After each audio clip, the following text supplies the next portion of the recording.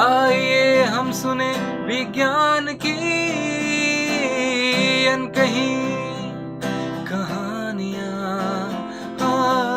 आइए हम सुने विज्ञान की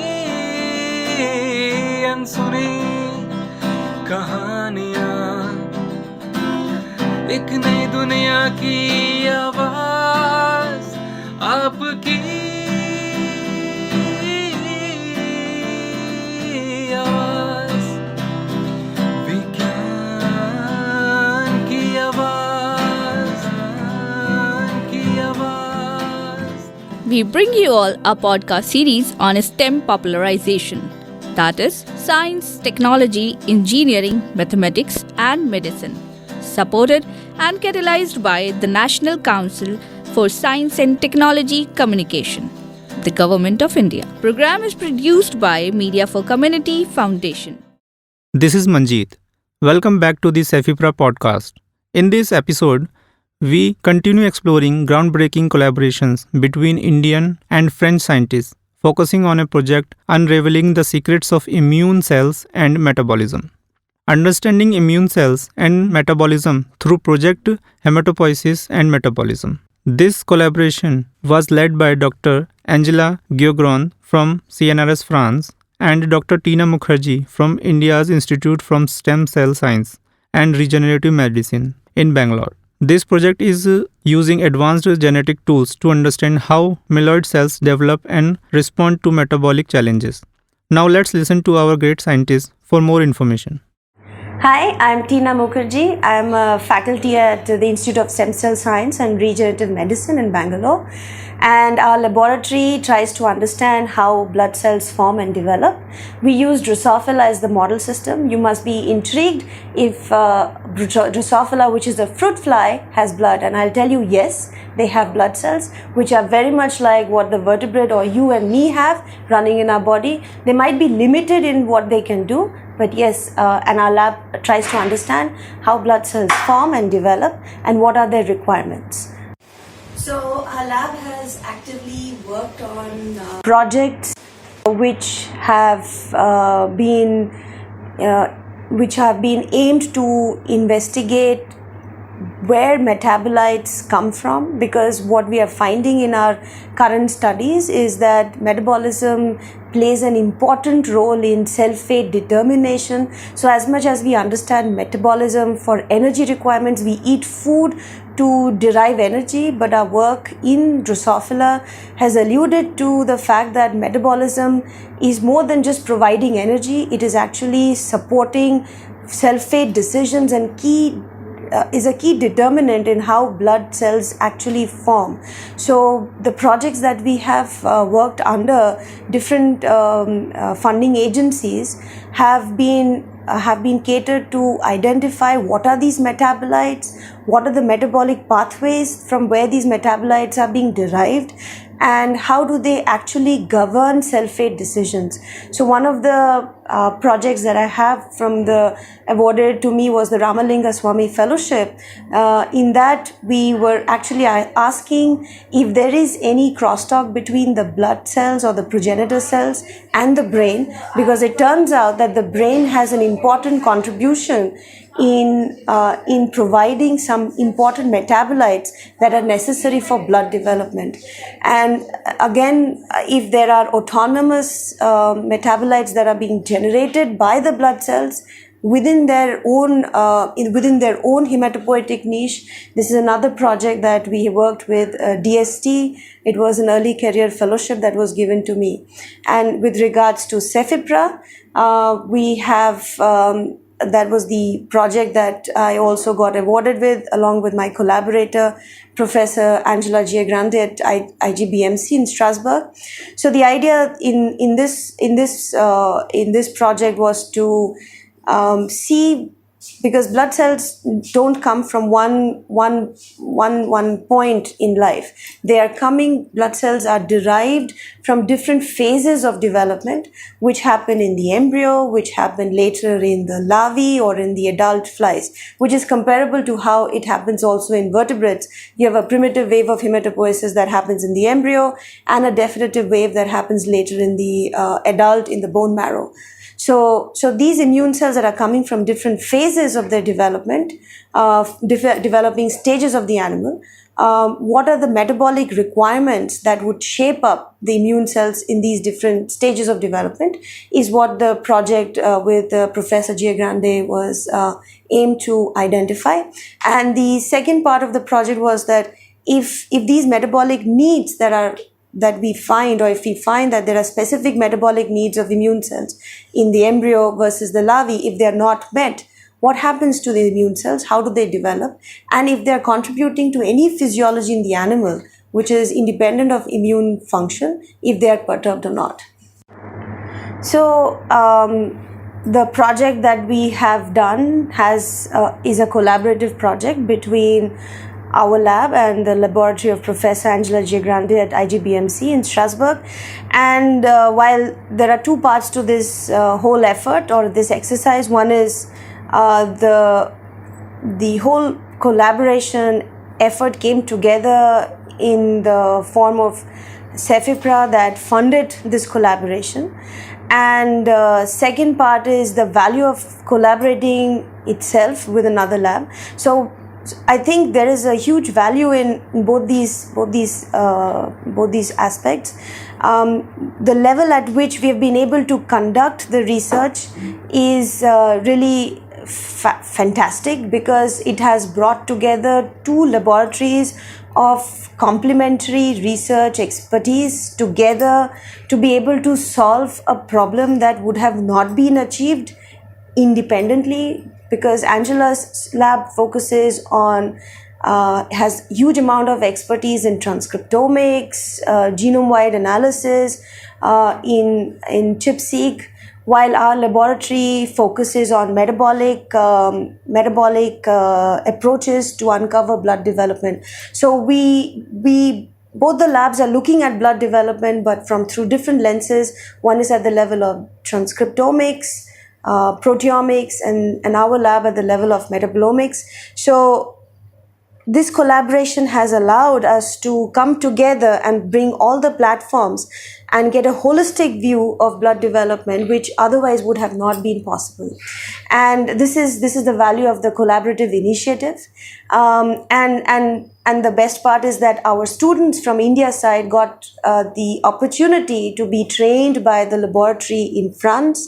Even though they did not get a chance to visit because of the COVID times, but they did have exciting interactions through meetings, online meetings, or through paper writing discussions.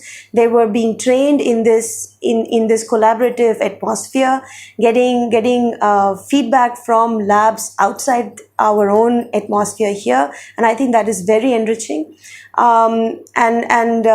What CEFIPRA has allowed is to foster this kind of stimulating and in an interactive, enriching scientific environment.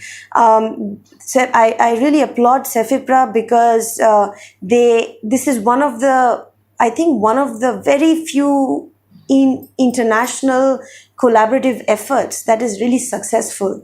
It not only provides money for doing science, but also promotes exchange of students and visitors, because most often we are doing science in our own laboratories, but the exposure that a student, not just for the PI, but more importantly for the student, that they get when they travel to another laboratory outside India and see the environment, interact with the students there, attend their courses, this is a way much more enriching experience. And what they bring back home when they come back to the lab is all the understanding, all the extra knowledge that they have been able to gain. And I think CEFIPRA has done a fantastic job in this regard.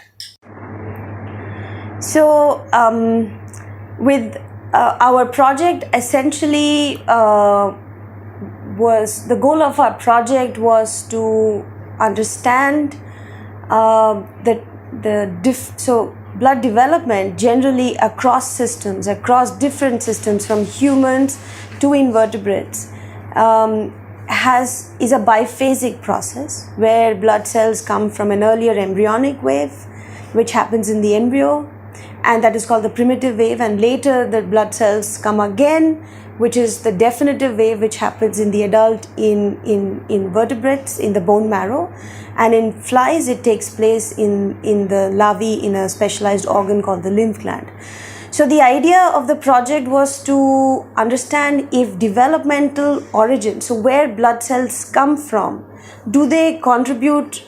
So how does ontogeny define what their function can be? So if blood cells coming from the embryo have certain specialized function which are not seen in the blood cells coming from the later part of the hematopoietic waves. So if blood cells coming from the larvae are doing different functions. So if the idea is that are blood cells, all the blood cells same, or are they doing different functions? And if they are doing different functions, so is it important that where they come from define what they do? Now, this is essentially what the crux of the project was. And so what we have been able to identify, I mean, this is a fantastic effort in our collaboration, that what Angela's lab has been able to define is that through a series of transcriptomic analysis, which includes bulk analysis, and at a single cell resolution, what their lab has been able to identify is that blood cells from different origins, be it from the embryo or from the larvae, are not the same. They have changes which tell us that the blood cells are of different, they have different qualities. So what her work says that, say the embryonic blood cells are slightly immature. They're metabolically also different from the blood cells which are there in the larvae. The idea that the larval blood cells are more mature and more metabolically more active is what we were able to identify. And this was very striking for us, because we consider all blood cells to be more or less the same. Functionally, they're all going to be picking up and they're phagocytic cells. But what it told us that it's not the same. There are certain cells which are more phagocytic, and the certain cells from the larvae are less, the larval blood cells are more phagocytic and metabolically more active, whereas the embryonic ones are not. So the point is now, are they functionally going to be the same? Because their states are not the same. So are they going to be functionally the same or not? This is where our lab contributed to and identified that blood cells contribute to various physiological functions independent of what we know of blood cells to be doing, that is fighting immunity. So as much as we understand blood cells from the standpoint of their immune requirements, what our work in India side has been able to identify are non-immune roles. And what we have done is that we have taken immune cells, manipulated their metabolic states, manipulated their functional proteins, the proteins that would define their different functions. That is the information that we got from the transcriptomic data. And what we identified is that the animals had developed conditions like metabolic disorders. So when the immune compartment was affected, the animals showed accumulation of lipids. So they were getting obese, they were much fatter. Also, there was another striking phenotype that we observed is that the animal growth was affected. So this is very striking. As I speak, I feel I feel very excited, because what we have been able to now show is that immune cells are contributing to how big or small an animal can be. So how tall or short you are can be defined from your immune compartment and how functional they are.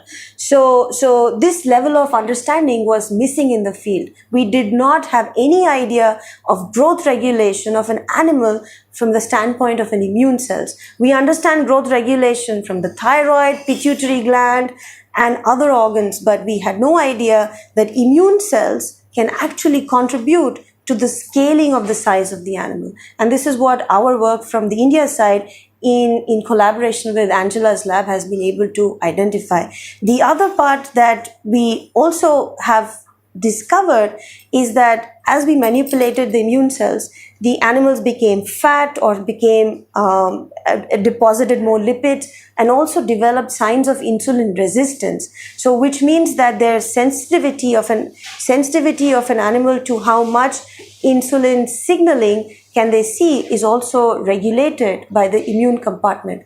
So what we have been able to see is the development of metabolic disorders through the lens of an immune system. So we understand diabetes happens because of high sugar. There is high circulating sugar and there is insulin resistance. We understand people get fat or they become very, very acutely thin.